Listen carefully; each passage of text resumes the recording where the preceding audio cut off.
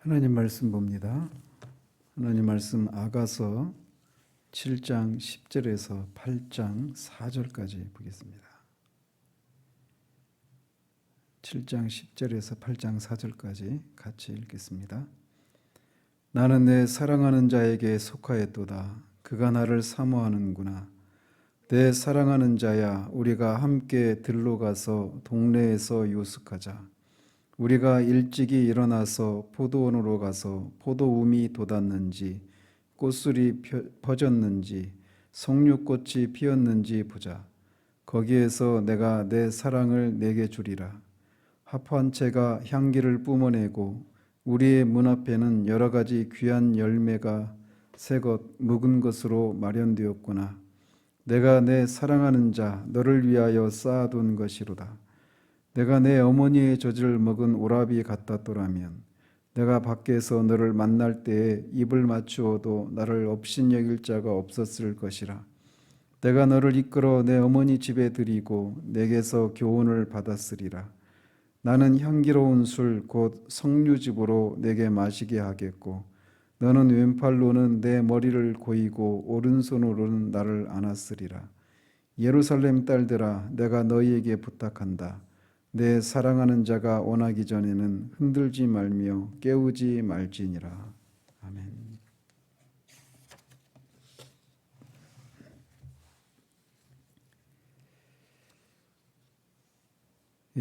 어제는 춤추는 아내를 본 솔로몬의 찬가가 기록된 모습을 봤고, 오늘은 그 본문에 이어서 술람미 여인이 그런 사랑의 5장 2절에서 시작된 그런 사랑의 위기를 극복한 후에 더욱더 신랑을 향한 그런 자신의 연정을 더 격정적이고 진솔하게 토로하고 있는 그런 본문입니다.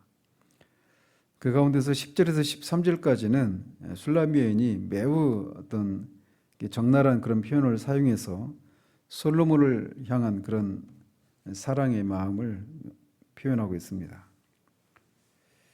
10절에서 술람미 여인은 나는 나의 사랑하는 자에게 속하였도다. 그가 나를 사모하는구나. 이렇게 노래합니다. 근데 우리가 앞에 2장 16절에서도 그렇고 6장 3절에서도 비슷한 고백을 했던 것이 나오는데 거기와 조금씩의 차이가 있습니다.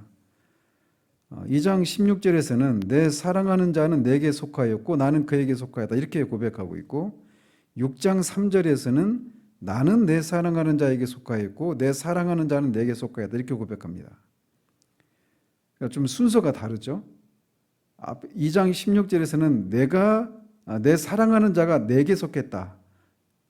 그리고 나는 그에게 속다. 이렇게 말하고 6장 3절에서는 내가 사랑하는 자에게 속했다. 또 내 사랑하는 자가 내게 속했다. 이렇게 고백하고 있어요. 근데 여기 이 7장 10절에서는 나는 나의 사랑하는 자에게 속하였다. 이렇게만 고백하고 있습니다. 이게 무슨 차이가 있는가 싶은데 히브리어는 자기가 강조하고자 하는 그런 문구나 단어를 문장 앞에다 둡니다.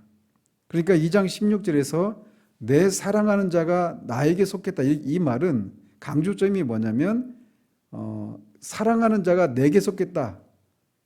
그렇게 고백하고 그 6장에서는 내가 사랑하는 자에게 속했다. 이렇게 고백하고 있어요. 근데 2장 16절과 6장 3절에서는 서로가 서로에게 속했다. 근데 다만 강조점이 내 사랑하는 자가 먼저냐 내가 먼저냐 이런 차이가 있어요. 그런데 오늘 본문에서는 서로에게 속했다 이런 얘기가 아니라 내가 사랑하는 자에게 속했다고만 나오고 있어요. 이게 뭐냐, 어떤 걸 말하려고 하는 거냐? 이 사랑의 특징이 점점 처음에는 그 자기 중심적인 내가 더 중요한 사랑하는 자가 내게 속했다라고 하는 것이 먼저 나오는 것을 통해 내가 먼저 그 사람이 나에게 속했다라고 하는 것이 강조되어 있는데 이제는 오늘 본문에서는 그 사랑이 더 성숙해져 가서 내가 그냥 그 사람에게 속해 있는 것으로 만족하고 있는 그런 모습을 보인다라는 겁니다. 이렇게 신랑에 대한 신부의 사랑이 성숙해져 갈수록 자기 중심적인 그런 사랑에서 자신은 없어지고 그냥 내가 사랑하는 사람에게 속한 것으로 그것으로 만족해하는 그런 어떤 더 성숙한 그런 모습을 보여진단 말이죠. 우리가 이렇게 사랑이라고 하는 것이 먼저는 내가 받으려고 하는 것이 먼저이지 않습니까?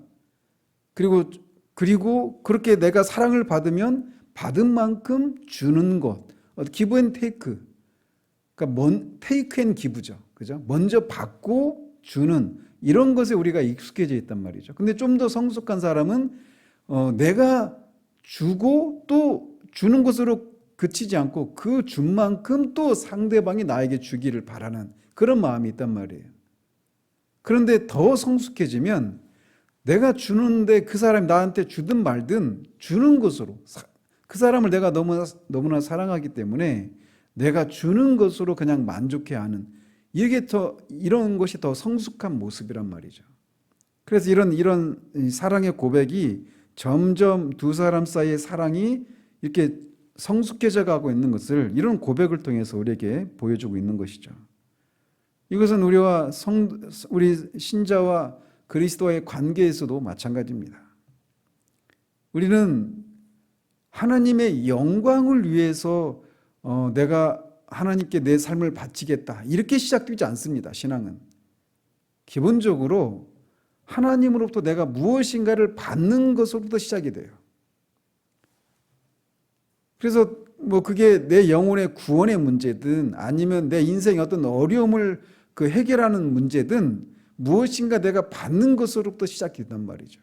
그리고 그렇게 시작된 사랑이 이제 내가 주님께 무엇인가를 바치는 것으로, 또 그것에 대해서 바친 것에 대해서 하나님이 또 무엇인가 나에게 어떤 은혜를 베푸시는 이런 것으로 더 발전하고, 더 나아가서는 우리가 주님과 연관을 맺고 주님께 내가 감히 주님을 사랑하고 주님을 섬기는 것으로 그것으로 만족해하는 이런 데까지 나가는 것이 점점 우리가 나가야 될 그런 모습이라는 것이죠. 제가 지금까지 이렇게 여러 사람들을 만나면서 기도가 깊었던 분이 두 분이 있습니다. 물론 이제 제가 못 만나본 그런 깊은 기도의 세계를 누리시는 분들이 많이 있겠지만 제가 만나본 분들 중에는 두 분이 있어요. 근데 그분 중에 한 분이 그 대표 기도를 하는 거가 제가 청년 때 일이니까 벌써 25, 6년 전 얘기인데 아직도 그게 정말 저한테는 큰 충격으로 다가왔던 그런 기도를 들었던 기억이 지금도 생생합니다. 물론 우리는 흉내를 낼 수 있어요. 그렇게 얼마든지 할 수 있죠. 근데 진짜 그분이 그런 분이거든요. 근데 어떻게 기도했느냐? 하나님 앞에 제가 정확한 그 워딩을 다 정확하게 옮겨드리는 건 아니지만 그분이 이렇게 말씀하셨어요. 하나님, 우리를 위해서 너무나 과도히 마음을 쓰지 마시옵소서. 우리에게 무엇인가를 해주시기 위해서 너무나 많은 마음을 과도하게 쓰지 말아달라고 그렇게 기도하는 것을 대표기도할 때 그걸 들었을 때 제가 굉장히 충격을 받았습니다.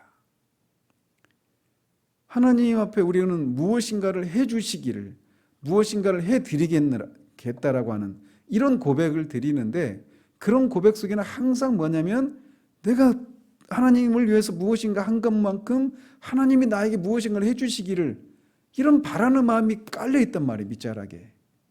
근데 그런 기도를 통해서 우리를 위해서 그렇게 뭘 해주시기를 위해서 이렇게 마음을 쓰고 마음을 졸이고 과도하게 마음을 쓰지 말아주시기를 기도하는 그 기도를 들으면서, 와, 이분은 정말 하나님과의 관계가 얼마나 깊은가, 하나님 앞에서 어떤 생각을 갖고 계시는 분인가, 이런 생각을 그때 제가 총각 때인데 아무튼 그런 이걸 들으면서 굉장히 충격을 받았던 그런 기억이 있습니다.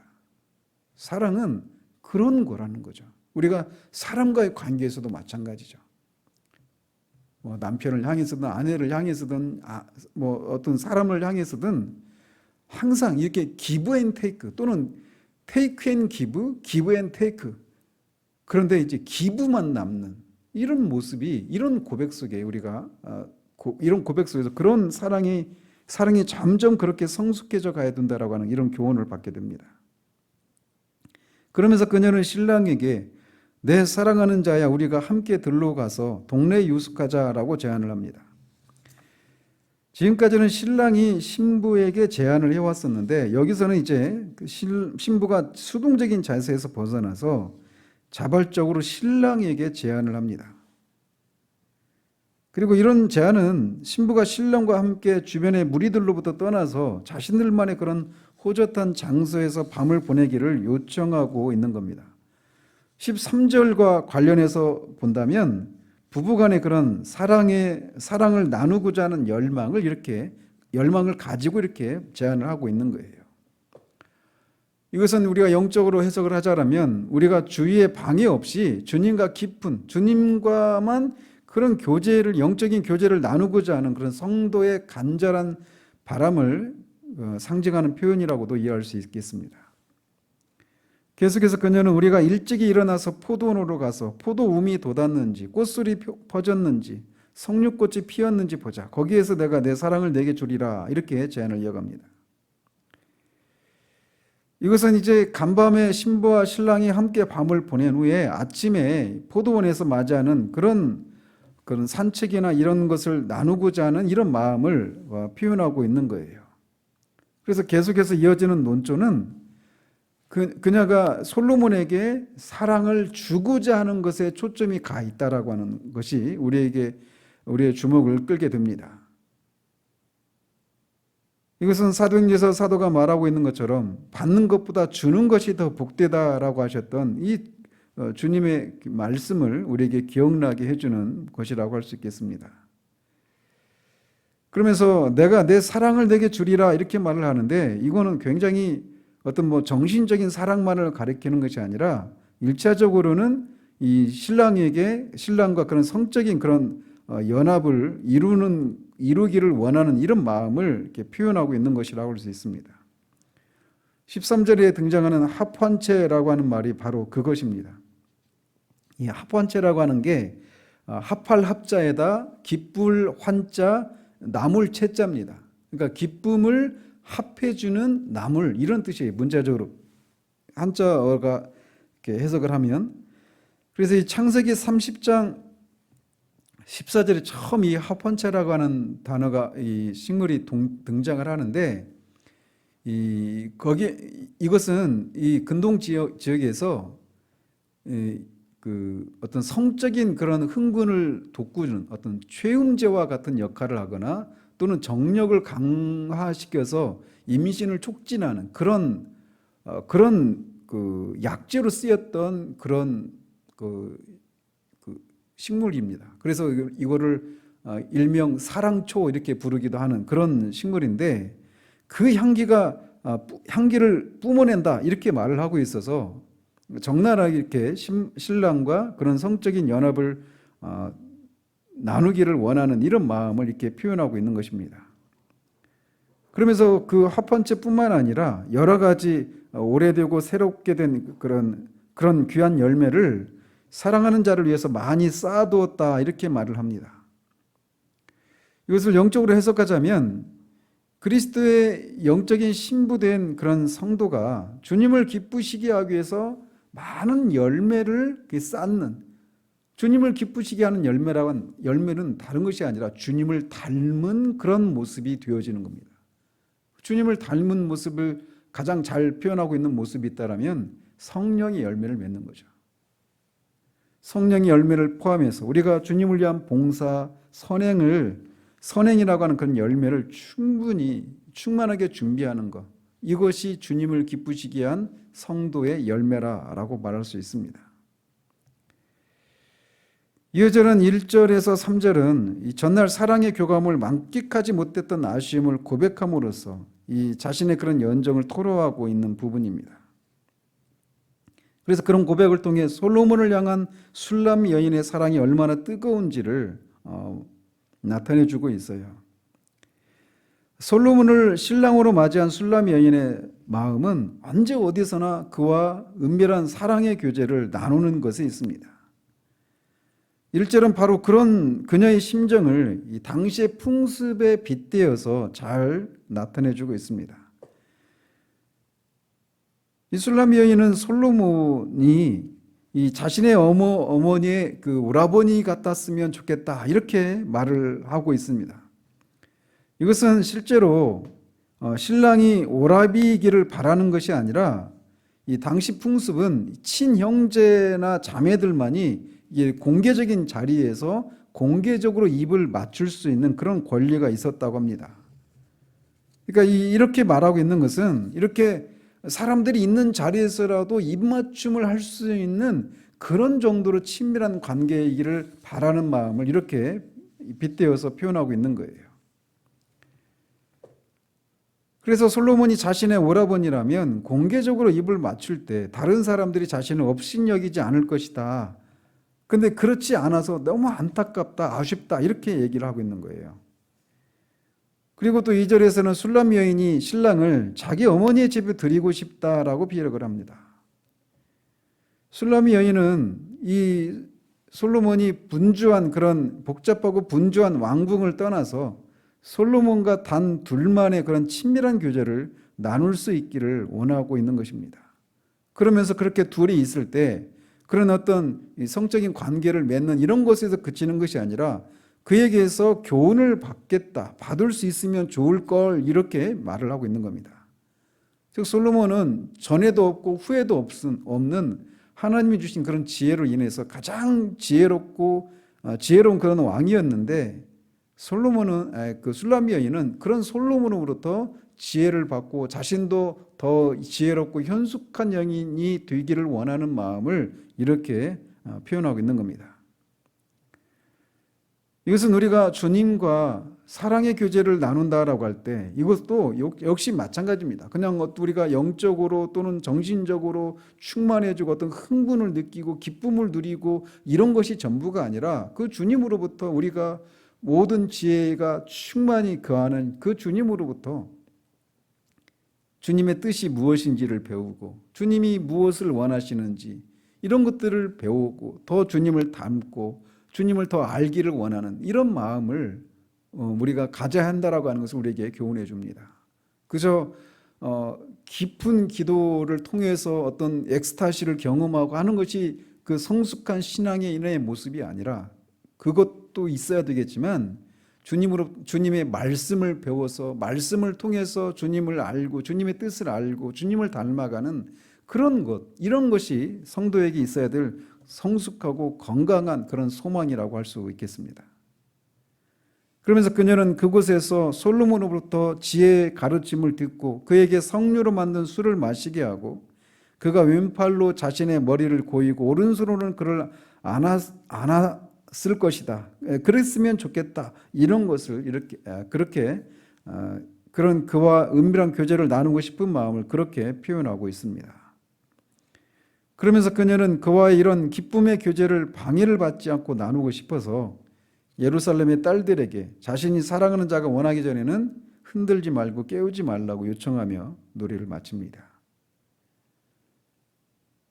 그래서 오늘 본문을 통해서 우리가 교훈받을 수 있는 것은 사랑이라고 하는 것의 한 특징을 배우게 되는데 사랑은 한순간 어떤 특정한 사건을 통해서 완성될 수 있는 것이 아니다라고 하는 것입니다.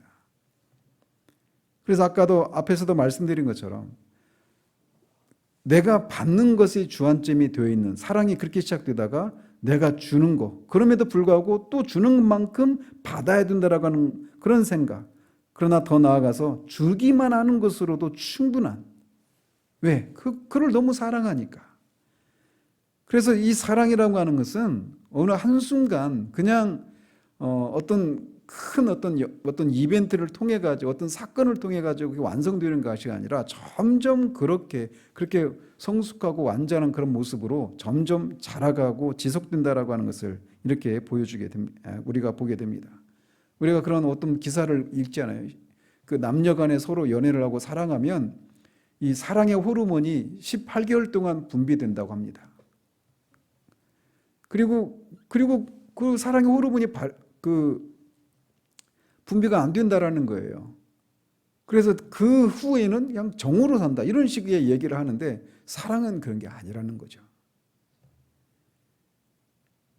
남녀 간의 또는 그 사람들 간의 사랑이 그런 특징을 갖고 있는 것처럼 신자와 그리스도와의 관계도 마찬가지입니다. 그래서 신자가 그리스도에게 드려야 할 이 사랑은 끝이 있을 수가 없어요. 이 정도면 됐다. 이 정도면 주님께 내가 충분히 했다. 이렇게 말할 수 있는 게 아니라는 겁니다. 신자는 매 순간마다 그리스도께서 우리에게 주신 그 감당할 수 없는 사랑을 기억하고 감사해야 할 뿐만 아니라 그렇게 그 사랑에 감사해서 주님을 위해 또 우리의 시간과 물질과 마음을 다 그렇게 주님께 드리는 것을 계속 하면서도 내가 이 정도면 됐지. 내가 이 정도면 충분하지. 이렇게 말할 수 없다라고 하는 것을 기억해야 되는 거예요. 그런데 우리가 한번 정직하게 돌아보면 그런 생각이 우리 가운데 많이 남아있다라는 겁니다.